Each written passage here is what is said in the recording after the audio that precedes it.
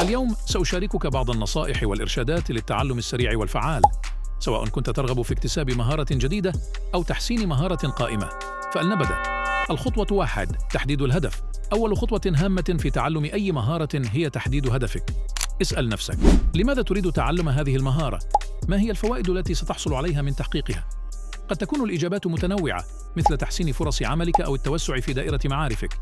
اكتب الهدف بوضوح واحتفظ به في مكان مرئي للإشارة إليه. الخطوة 2: إعداد خطة. تعلم الآن بعد تحديد الهدف. قم بإعداد خطة تعلم محكمة. حدد الموارد التي ستحتاجها، مثل الكتب أو الدورات التعليمية أو المواقع الإلكترونية. قم بتجميع هذه الموارد وحدد كيف ستستخدمها في رحلتك التعليمية.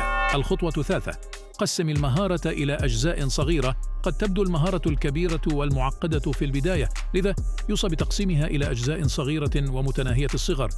هذا سيجعل المهارة أكثر قابلية للتحقيق وسيمنحك إحساساً بالتقدم المستمر. قم بإنشاء قائمة بالخطوات الفرعية التي يجب اتخاذها للوصول إلى الهدف الكبير. الخطوة 4: التدريب المنتظم.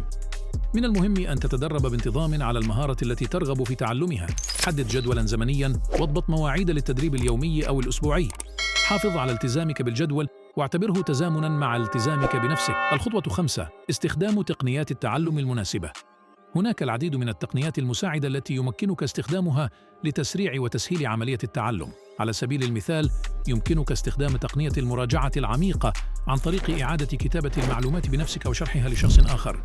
يمكنك أيضاً استخدام تقنية الاختبار الذاتي، حيث تختبر نفسك على المفاهيم والمعلومات التي تعلمتها بانتظام. الخطوة 6: التقييم والتحسين المستمر. قم بتقييم تقدمك بانتظام وتحليل نقاط القوة ونقاط الضعف. استمر في تحسين نفسك وتعزيز مهاراتك من خلال التعلم المستمر والممارسة. لا تيأس من الأخطاء، بل استخدمها كفرصة للتعلم والنمو.